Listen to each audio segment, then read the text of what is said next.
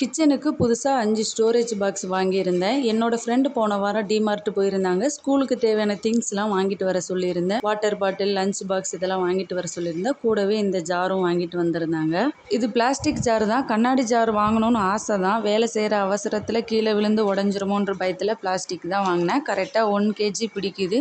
மூடி நல்லா ஏர்டைட்டாக நல்லா ஸ்ட்ராங்காக இருக்குது. எல்லாமே வாஷ் பண்ணி வச்சுட்டேன். நைட்டு வச்ச சாம்பார் கொஞ்சம் மிச்சம் இருந்தது. மினி இட்லி ஊற்றி கொஞ்சமாக பொடி இட்லி பண்ணிக்கலாம். ஃபர்ஸ்ட் இட்லி ஊற்றி வச்சிட்டேன். இட்லி நல்லா வெந்ததுக்கப்புறம் ஒரு பிளேட்டில் எடுத்து வச்சுக்கிட்டேன். பொடி இட்லிக்கு நல்லா தாராளமாக எண்ணெய் சேர்த்து கடுகு, உளுந்தம்பருப்பு, கருவேப்பிலை சேர்த்து தாளிச்சிக்கோங்க. 4-5 ஸ்பூன் இட்லி பொடி சேர்த்து வேக வச்ச இட்லி சேர்த்து மிக்ஸ் பண்ணிங்கன்னா பொடி இட்லி ரெடி. பசங்களுக்கு எடுத்து கொடுத்துட்டு அப்படியே நானும் சாப்பிட்டேன். பொடி இட்லி ரொம்பவே சூப்பராக டேஸ்ட்டாக இருந்துச்சு. ஜார் நல்லா காஞ்சதுக்கப்புறம் ரீஃபில் பண்ணி எடுத்து வச்சுக்கிட்டேன். குட்டி கிளாஸ் ஜாரில் நட்ஸ் எடுத்து வச்சுக்கிட்டேன்.